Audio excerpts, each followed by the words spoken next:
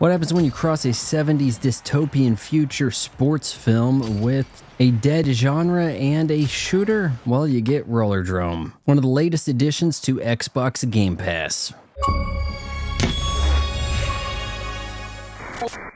Rollerdrome takes place in a retro future version of 2030, where corporations control the world and sports are played to the death. Players take on the role of rookie Rollerdrome combatant Kara Hassan.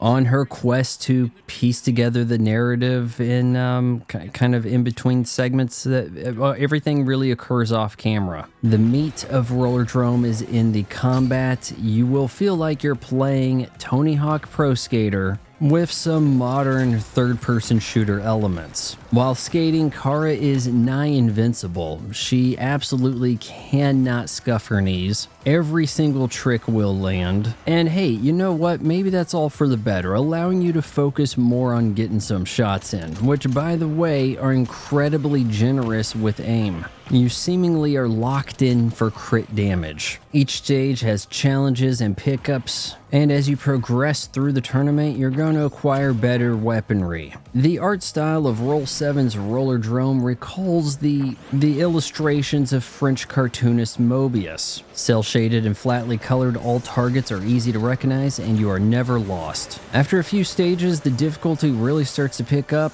but you do have a host of accessibility options, allowing absolutely every player to see through the story's end. Now, while I think that the gameplay is enjoyable, I do have a host of gripes. First of all, I don't think that the sport of Rollerdrome was really all that well thought out. You don't seem to have any spectators, nor do you have teammates, and you don't even have anybody that you're competing head-to-head with.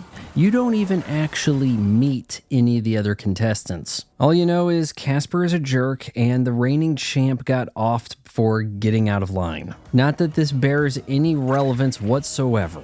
Rollerdrome is strictly single-player affair, and I think that is a detriment. It's 2023, a lot of gamers are expecting online PvP, but from my perspective, playing these courses by yourself doesn't really feel like a sport. Okay, so you pull off some cool moves, but the scoring system seems quite arbitrary. But in a sport filled with death, wouldn't it make more sense for you to be competing head-to-head with your competition? Instead, these characters exist simply to have a name to attach to a score for you to beat. Rollerdrome certainly has its moments. It can be fun and a good challenge, but it also feels incomplete. No one who invested in the narrative is going to have their thirst quenched, and the short campaign feels repetitive quickly. I give Rollerdrome a 7.8 out of 10.